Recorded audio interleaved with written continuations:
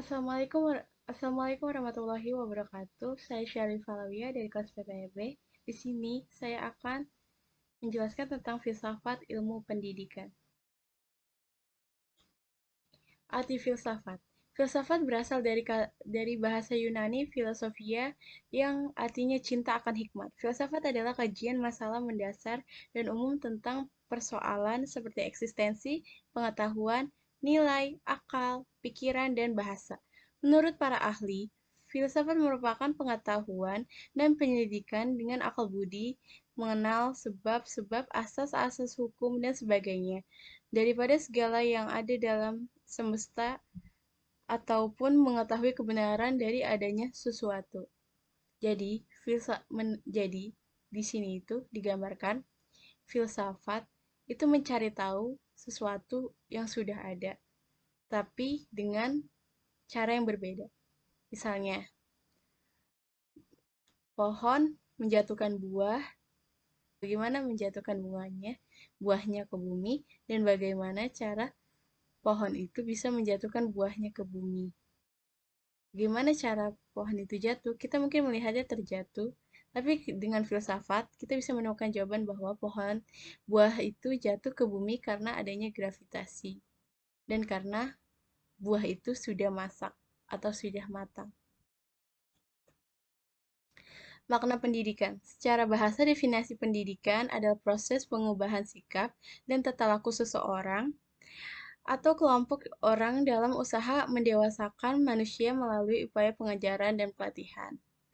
Pendidikan secara umum mempunyai arti suatu proses kehidupan dalam mengembangkan diri tiap individu untuk dapat hidup dan melangsungkan kehidupan, sehingga menjadi seorang yang terdidik itu sangat penting. Kita dididik menjadi orang yang berguna baik bagi negara, nusa, dan bangsa. Jadi, pendidikan itu adalah bisa dalam arti sempitnya, pendidikan itu pengajaran untuk kita agar mengenal banyak wawasan, agar kedepannya bisa menjadi lebih baik, bisa menjaga sikap, bisa dewasa, dan mengetahui banyak hal dengan adanya wawasan yang diberikan oleh manusia merupakan subjek pendidikan sekaligus menjadi objek pendidikan itu sendiri.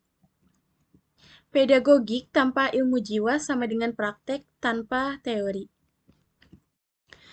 Pendidikan tanpa mengerti manusia itu sama saja membina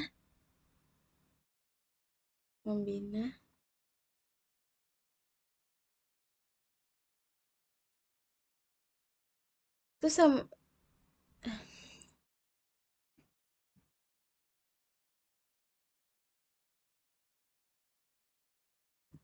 pendidikan tanpa mengerti manusia berarti membina sesuatu tanpa mengerti untuk apa, bagaimana.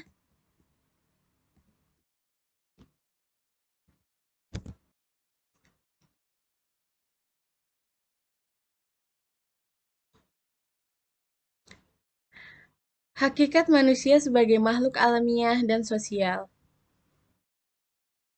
Manusia adalah makhluk yang diciptakan dengan kesempurnaan dalam cara berpikir serta caranya untuk mengendalikan diri. Dengan kelebihan akal pikiran dan budi pekerti yang Tuhan titipkan, manusia mampu berpikir tentang bagaimana cara ia hidup dan bagaimana caranya untuk bertahan hidup. Dengan perkembangan pola pikir yang luas, setiap bentuk dari masalah yang dialaminya akan menemui jalan keluar sendiri. Manusia adalah makhluk sosial. Antara manusia yang satu dengan yang lainnya akan saling membutuhkan. Setiap interaksi yang dilakukan sesama manusia digunakan untuk berkomunikasi, mulai dari interaksi dalam ruang lingkup keluarga hingga mencapai ranah umum untuk pemenuhan kegiatan sosial, misalnya dalam hal pekerjaan. Jadi, di sini dijelaskan bahwa manusia saling ketergantungan. Manusia tidak bisa hidup sendiri. Oleh sebab itu, keegoisan di lingkungan masyarakat itu sangat tidak dibenarkan. Karena apabila apabila orang itu tidak peduli kepada orang lain, dan orang lain pun sebaliknya juga mereka akan tidak peduli sama kita. Jadi, saling peduli itu penting.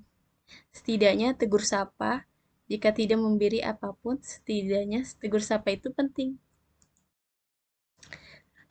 Hakikat manusia sebagai makhluk alamiah dan sosial. Kegiatan sosialisasi pun dianggap berhasil jika setiap individu mampu mengetahui perannya di dalam suatu masyarakat.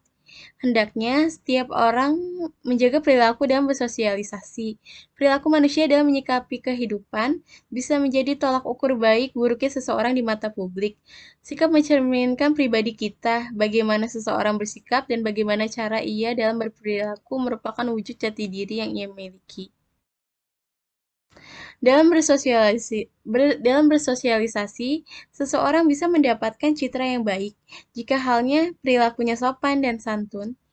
Begitupun sebaliknya, jika dia terkesan menunjukkan emosionalnya secara terang-terangan, berperilaku buruk, dan terkesan acuh tak acuh, maka publik akan melabeli dirinya dengan orang asas dan antisosial. Jadi, dalam kehidupan bermasyarakat, kita harus menegur sapa, saling tolong-menolong, bergotong royong, dan sebagainya. Intinya, saling membantu yang kesulitan di lingkungan masyarakat. Kalau tidak, publik akan memandang buruk kepada kita sebagai anak orang yang antisosial, tidak peduli, dan tidak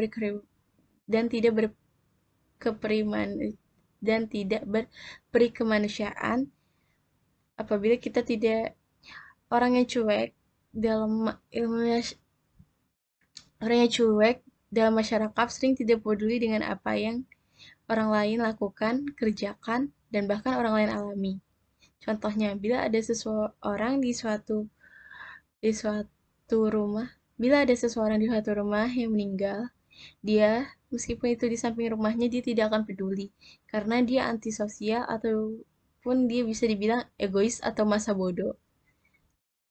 Sebaliknya, untuk orang yang benar-benar peduli dengan sekelilingnya, dia akan sangat peduli, sering mendatanginya, dan bahkan untuk membantu sesuatu yang jika diperlukan oleh keluarga si korban.